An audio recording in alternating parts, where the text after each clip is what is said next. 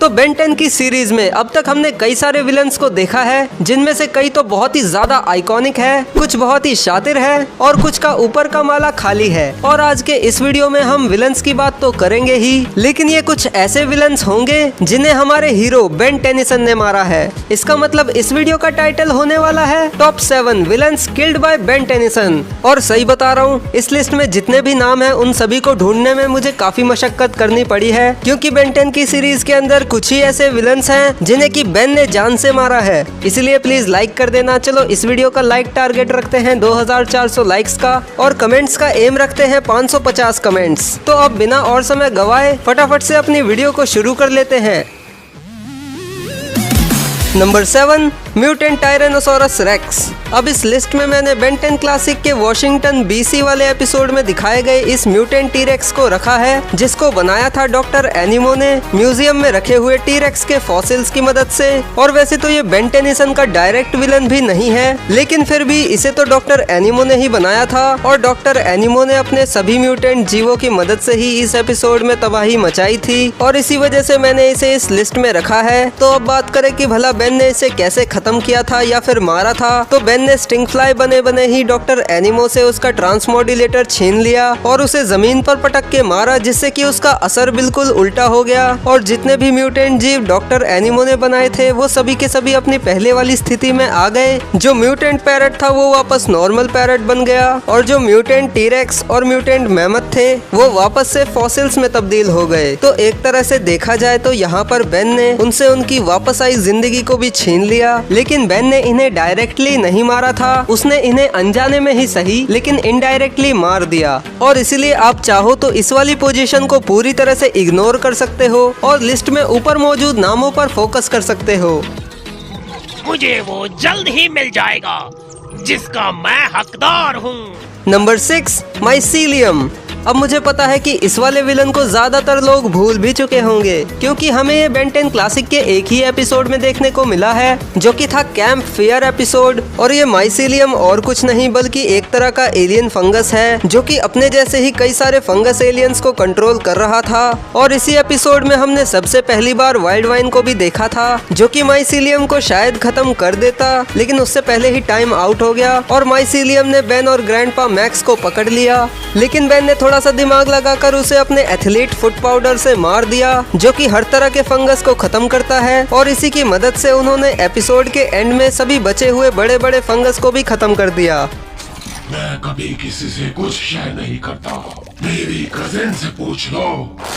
Number 5 जर्ज। तो जर्ज हमें सबसे पहली और आखिरी बार दिखा था बेन 10,010 मूवी के अंदर, और एक तरह से इस मूवी के अंदर जर्ज ही विलन था और जर्ज ही हीरो था, क्योंकि बेन 10,010 मूवी के फाइनल बैटल के अंदर रिबूट वाला बेन और बेन 10,000 दोनों ही सर्ज के अंदर ट्रांसफॉर्म होके जर्ज से लड़ते हैं और आखिर में सभी जर्ज को एक फाइनल बीम अटैक के जरिए खत्म भी कर देते हैं, क्योंकि इस मूवी के अंदर तो जर्ज ने वैसे ही काफी तहलका मचा रखा था और हमारे हीरोज के पास भी जर्ज को खत्म करने के अलावा और कोई रास्ता नहीं था, इसलिए हमारे हीरोज को इन्हें मारना ही पड़ा। लेकिन वैसे तो मुझे कोई ऑफिशियल कंफर्मेशन नहीं मिला कि उस एक्सप्लोजन के अंदर सभी के सभी जर्ज मारे जा चुके हैं, लेकिन ये भी हो सकता है कि उनमें से कुछ जर्ज बच गए हो और वो फ्यूचर में बाद में रिटर्न करे। वैसे जर्ज से याद आया कि मैंने बेन 10,010 मूवी को हिंदी में एक्सप्लेन कर रखा है, तो इस वीडियो को पूरा देखने के बाद आई बटन से उसको देख लेना या फिर एंड स्क्रीन से भी देख सकते हो। Number 4 decoy queen. अब ये भी बेन 10 की मूवी से ही एक विलन है, लेकिन ये हमें बेन 10 की लाइव एक्शन मूवी के अंदर एज अ विलन दिख चुकी है, जो कि उस मूवी के अंदर सभी नैनो चिप्स को प्रोड्यूस कर रही थी और बाकी सभी लोगों को नैनो चिप के जरिए कंट्रोल भी कर रही थी। और मूवी के एंड में बेन नैनोमैक में ट्रांसफॉर्म होके इस नैनो चिप वाली क्वीन से फाइट करता है, लेकिन बेन को इस चीज का भी ख्याल रखना पड़ा कि कहीं क्वीन उसी को कंट्रोल ना कर ले और उसी के लोगों के खिलाफ उसे इस्तेमाल न करने लग जाए। तो बेन ने इस चीज से बचने के लिए फटाफट ज्यादा समय ना गवाते हुए अपना पूरा दम लगा दिया उस क्वीन को खत्म करने में। Number 3 plant alien. अब जो प्लांट एलियन है वो हमें बेन 10 अल्टीमेट एलियन सीरीज के द बिग स्टोरी एपिसोड में सबसे पहली बार दिखा था और ये बेन के लिए बहुत ही अच्छा ओपोनेंट साबित हुआ, क्योंकि इसके बनाए हुए एक क्लोन ने तो बेन के हाथ से अल्टीमेट्रिक्स को ही छीन लिया था और अकेले प्लांट एलियन को ही हराने में बेन, ग्वेन और केविन की हालत खराब हो गई थी। प्लांट एलियन अपने मुंह से एक अजीब सी स्लाइम निकालता है जो कि सूखने के बाद बहुत ज्यादा हार्ड हो जाती है और ये इतनी ज्यादा हार्ड हो जाती है कि स्वॉर्म फायर जैसे एलियन का भी इसमें से निकल पाना बहुत ही मुश्किल हो जाता है और इसीलिए बेन को इसे हराने में काफी ज्यादा दिक्कतें आ रही थी। तो बेन इसे जल्दी खत्म करने के लिए अल्टीमेट स्वॉर्म फायर में ट्रांसफॉर्म हो जाता है और बेन अल्टीमेट स्वॉर्म फायर में ट्रांसफॉर्म होते ही इस प्लांट एलियन को चुटकियों में धूल बना देता है। नंबर 2, ज़ेस्केयर। अब देखो, ज़ेस्केयर बेन 10 का कोई ऐसा वैसा विलन नहीं है। ज़ेस्केयर बेन 10 के सबसे यूनिक और खतरनाक विलन्स में से एक है। ज़ेस्केयर का फर्स्ट अपीयरेंस हुआ था हमें घोस्ट फ्रीक्ड आउट एपिसोड के अंदर और इस एपिसोड से हमें पता चला था कि ओमनिट्रिक्स के अंदर से एलियंस भी जिंदा होकर बाहर निकल सकते हैं। और अगर बात करें ज़ेस्केयर की, तो ज़ेस्केयर को हम ज़ेस्केयर पहले नहीं कहते थे, पहले हम उसे घोस्ट फ्रीक ही कहते थे, लेकिन बाद में जाके बेन 10 ओमनीवर्स के अंदर इसका नामकरण किया गया और इसे नया नाम दिया गया जो कि था ज़ेस्केयर, जो कि बहुत ही अटपटा है। लेकिन हम इसके नाम की चर्चा करने यहाँ पर नहीं आए, हम बात करेंगे इसकी डेथ्स के बारे में। तो जिस एपिसोड में इसने अपना फर्स्ट अपीयरेंस किया, उसी एपिसोड के लास्ट में बेन ने इसे सनलाइट से जलाकर मार दिया था। इसके बाद इसे फिर से जिंदा किया गया, लेकिन फिर बेन ने बाद में इसे आउटर स्पेस में मार दिया, पर फिर इसे दोबारा जिंदा किया गया और उसके बाद तो बेन 10 ओमनीवर्स के अंदर एटॉमिक्स के मिनी सन की वजह से ये मारा गया और कहीं ज़ेस्केयर वापस ना आ जाए, इसलिए एटॉमिक्स ने अपना मिनी सन वहीं पर छोड़ दिया और इसी वजह से लग रहा है कि अब घोस्ट फ्रीक का रिटर्न कभी भी नहीं होगा, क्योंकि एटॉमिक्स का वो मिनी सन लाखों सालों तक वहीं पर जलता हुआ रह सकता है। और अगर ऐसा होता है तो ज़ेस्केयर हमें फिर कभी भी देखने को नहीं मिलेगा। लेकिन अगर बेन 10 के क्रिएटर्स चाहें तो वो इस विलन को वापस ला सकते हैं। तो अब finally number 1, the great one.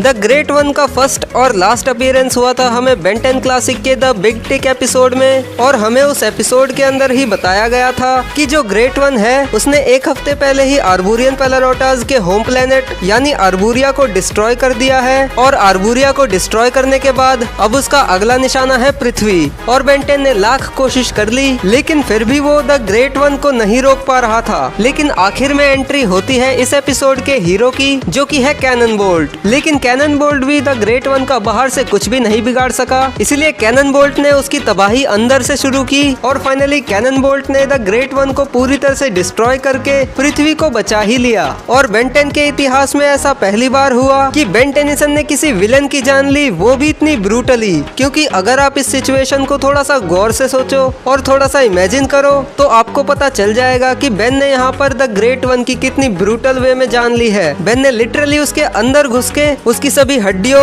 और इंटरनल ऑर्गन्स को इतनी बुरी तरह डैमेज किया कि लास्ट में जाके द ग्रेट वन खुद ही ब्लास्ट हो गया। लेकिन क्या करे, यहाँ पर सिचुएशन ही इतनी इंटेंस थी कि बेन के पास इसके अलावा कोई चारा ही नहीं बचा था पृथ्वी को बचाने का। कुछ नहीं, महान शख्स हमेशा के लिए खामोश हो गए। तो ये थे वो विलन्स जिनको बेन ने कभी ना कभी मारा था या डिस्ट्रॉय किया था। और मैंने ये रैंकिंग बहुत ही सीरियस होके नहीं करी है, इसलिए अगर तुम्हें रैंकिंग में थोड़ा बहुत ऊपर नीचे लगे तो अपने हिसाब से प्लीज थोड़ा सा एडजस्ट कर लेना। बाकी वीडियो पसंद आई हो तो इस वीडियो पर एक लाइक ठोक देना। और अगर मुझसे गलती से भी कोई ऐसा विलन छूट गया हो जिसे बेन ने मारा था लेकिन मैं उसे इस वीडियो में लेना भूल गया, तो प्लीज आप कमेंट्स में बता देना। अब देखो, मैंने इस लिस्ट में जानबूझ के ही कुछ कैरेक्टर्स को नहीं लिया, जैसे कि चार्मकेस्टर के पेट्स, विलगैक्स के रोबोट्स या फिर ड्रोन्स, और आखिर में द फॉरएवर किंग। क्योंकि बहुत से लोगों को लगता है कि forever king Ben 10 versus the negative 10 part 2 episode के अंदर अबचक के हाथों मारा गया, लेकिन ऐसा नहीं है, क्योंकि उस समय सिर्फ फॉरएवर किंग का आर्मर ही डिस्ट्रॉय हुआ था और उस आर्मर के अंदर बैठा हुआ ड्रिस्कोल तो वहां से भागने में कामयाब हुआ था, जो कि बाद में हमें बेन 10 अल्टीमेट एलियन सीरीज के अंदर देखने को मिला। तो इस वीडियो को बनाने में बहुत ज्यादा मेहनत लगी है, इसलिए प्लीज एक सब्सक्राइब तो कर देना। क्या कहा, नहीं करोगे? अरे बहुत आसान होता है सब्सक्राइब करना, बस एक उंगली लेने का और उसे नीचे रखे हुए लाल बटन पे ऐसे क्लिक कर देने का और उसके बाद जो उसके बगल में घंटा है उसको भी बजा देने का, बस सिंपल। और मैं वैसे ये नहीं बोलता, लेकिन यार आज बोल देता हूँ, प्लीज यार शेयर कर देना अपने दोस्तों के साथ, मतलब इस वीडियो को शेयर कर देना अपने दोस्तों के साथ और कमेंट में भी बताना कि आपको ये विलन वाला